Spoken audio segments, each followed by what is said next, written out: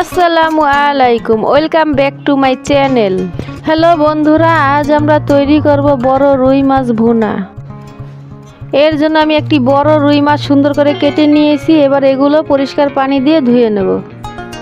এবার ধোয়া মাছে আমি 1 টেবিল চামচ লবণ, 1 টেবিল চামচ হলুদ গুঁড়া, 1 টেবিল চামচ মরিচ গুঁড়া সুন্দর করে আমি মাখিয়ে নেব। এবার একটি কড়াইয়ে আমি তেল গরম করে একটি একটি করে মাছ বাদামি করে ভেজে নেব। সবগুলো মাছই আমি এরকম কালার করে সুন্দর করে ভেজে নেব। এবার এই মাছ ভাজা হয়ে গেলে গরম তেলে দিয়ে দেব পেঁয়াজ কুচি।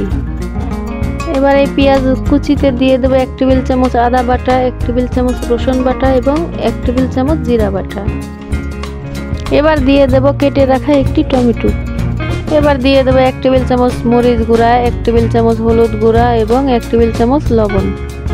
এবার 1 কাপ পানি দিয়ে নেড়ে চেড়ে দিয়ে দেবো 7-8টা কেটে রাখা কাঁচামরিচ। মশলাটা সুন্দর করে কষিয়ে নিয়ে দিয়ে দেবো 2 কাপ ঝোলের পানি। ঝোলটি ফুটে আসলে দিয়ে দেবো 1 এক করে ভেজে রাখা মাছ। একটু স্বাদের জন্য দিয়ে দেবো ধনিয়া পাতা কুচি। আপনারা যতটুকু ঝোল রাখতে চান ততটুকু রেখে নামিয়ে নেবেন। তৈরি হয়ে গেল সহজ পদ্ধতিতে রুই মাছ ভুনা।